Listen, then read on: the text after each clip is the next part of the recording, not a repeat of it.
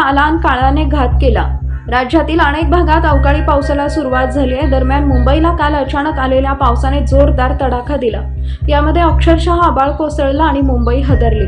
त्यात वादळी वाऱ्यामुळे घाटकोपरमध्ये होर्डिंग कोसळल्याने घडलेल्या भीषण दुर्घटनेत आतापर्यंत 14 जणांचा मृत्यू झालाय, तर 74 लोकांना वाचवण्यात यश आलंय। त्यात ओळख पटलेल्या मृतांमध्ये एका 24 वर्षीय तरुणाचा करुण अंत झाला।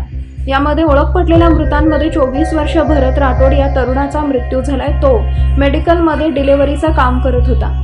या दरम्यान पेट्रोल भरण्यासाठी हा पेट्रोल पंपावर गेला असताना हे भले मोठे होर्डिंग वादळाने कोसळले आणि त्याच्यावर अनपेक्षितपणे काळाने घाला घातला। तो घाटकोपर पश्चिम गोळीबार रोड परिसरातील रहिवासी आहे। त्याच्या घरची आर्थिक परिस्थिती अत्यंत हलाखीची आहे।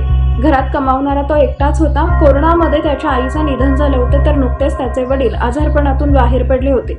मात्र या दुर्घटनेमध्ये त्याच्या कुटुंबावर मोठे संकट ओढवले। त्याचा एकमेव आधार या कुटुंबाने गमावलाय।